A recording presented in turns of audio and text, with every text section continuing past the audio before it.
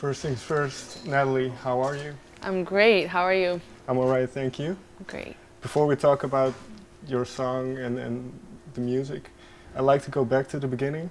Uh-huh. Do you have a first musical memory? First musical memory?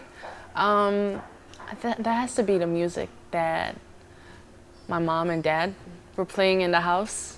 You know, my dad playing jazz music, my mom old-time favorite classics. So I definitely grew up with, a lot of different music around me. Is there one record that sticks out for you? I would say my mom used to listen to I'm Every Woman from Shaka Khan. I heard that a lot. Or Get Here When You Can. Who's that again? It's a female singer. Get there where you can, or if you can. I forgot her name, but that song really sticks around too. Was music a big thing in your household? Yes, definitely. My mom actually used to dance, and my dad used to play guitar. And music was just always on in our house. So for you, did you know early on that you wanted to head down that road?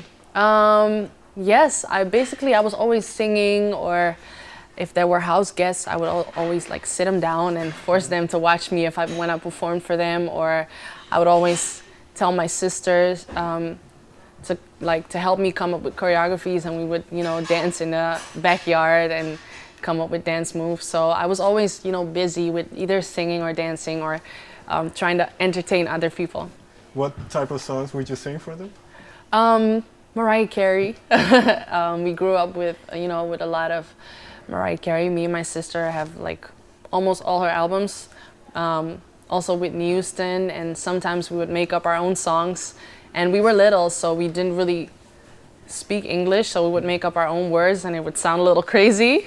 But we were always so convinced, and we loved doing it so much. So it was actually really cute for other people to see it.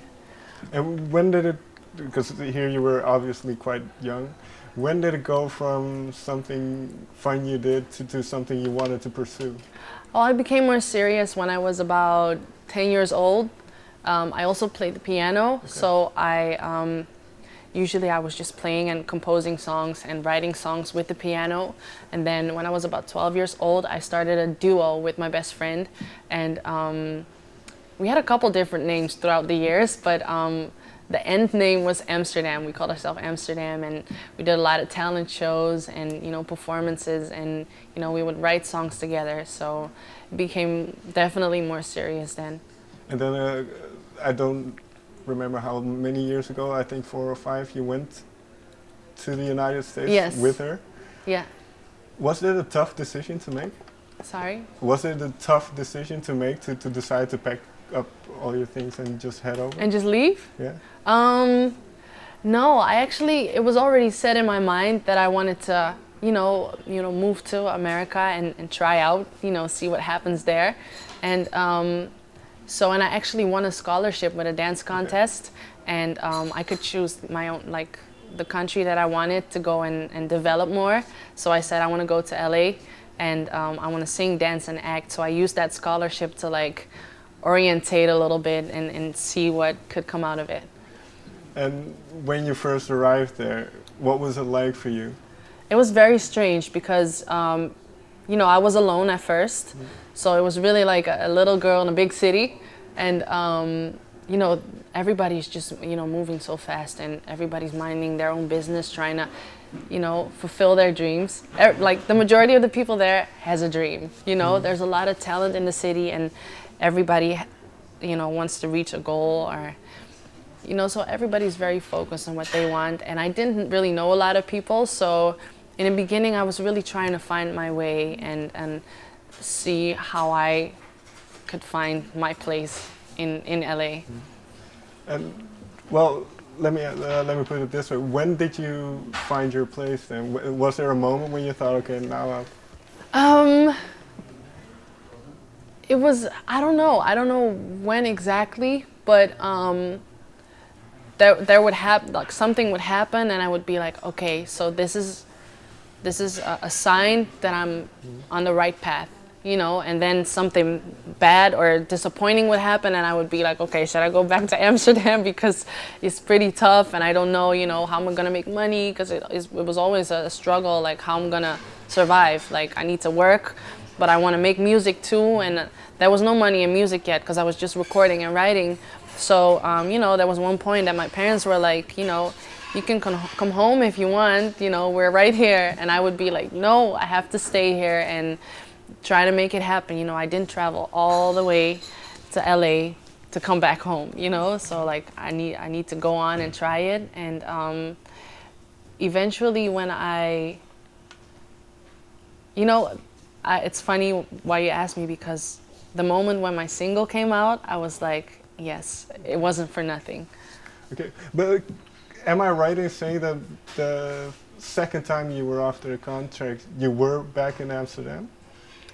Say that again? Because I read somewhere that you were after the contract first and you declined with Amsterdam. Mm-hmm. And then the second time you were offered that contract, you were back in Amsterdam. Yes. Is that true? I was in Amsterdam, yeah. Because at that point, where was your mind then?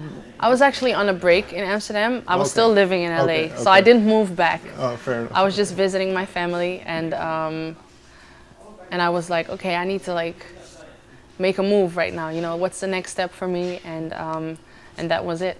What do you think? Well, you say that song kind of was the moment that you knew. Yeah. Where did the song come from for you? Did you know when you were writing it? If I knew that was gonna be my first single? That it would work, that it...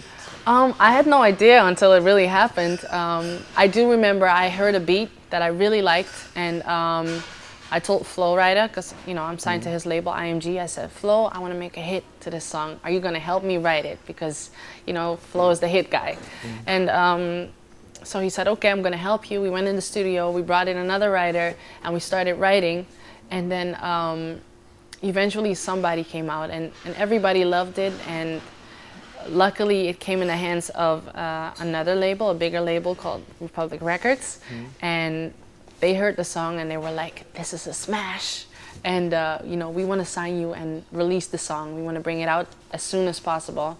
And that's when I knew I had something good in my hands, because you know, all these people started believing in the song, and that was definitely a great feeling. But because you yourself, I assume, had this conviction and believe in yourself always. So in myself, yes, but you gotta, yeah, but this a song, you never know, you know. I love the song. Do other people love the song? And but it's a very catchy song, so I had a good feeling about it. But was that road, because you went to the States about 5 years ago, so was that road to try and convince people that you had something? How was that for you? It was pretty tough, because you know, people would say like, we love what you're doing, or you're so talented and I want to work with you, man, and eventually they didn't. You know, like it's a land of a lot of promises, and not a lot of promises are being like kept. So it was very disappointed sometimes when I had high expectations of working with somebody or doing something and it came out to be nothing. So I basically taught myself, don't get too excited until it really happens. And then when my single finally came out, I was like, okay, now I can be excited. And when the song came out, it obviously did well. Yeah. So for your first single, as one of the few Dutch artists to be in the Billboard Hot 100, yeah. Okay, what does that do to someone when it's your first single? It's very, very exciting, and a little nerve-wracking too, you know, because I'm now working on my second single, which is going to come out soon.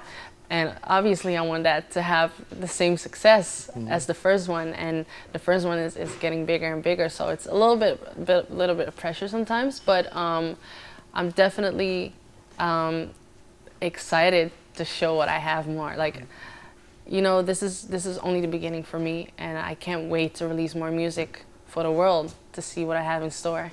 And how much have you written now for a future EP or full-length album? I've recorded a lot of songs the past few months, so it's basically a matter of picking the right songs and see what, you know, fits nice together to shape the project.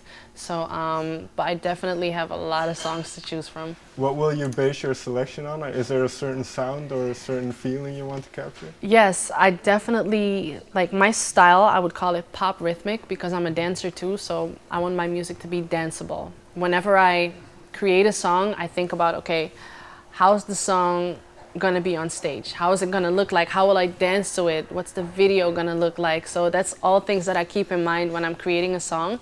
And like, I think about how will the total show look like. Okay. Thank you very much for your time. Thank you.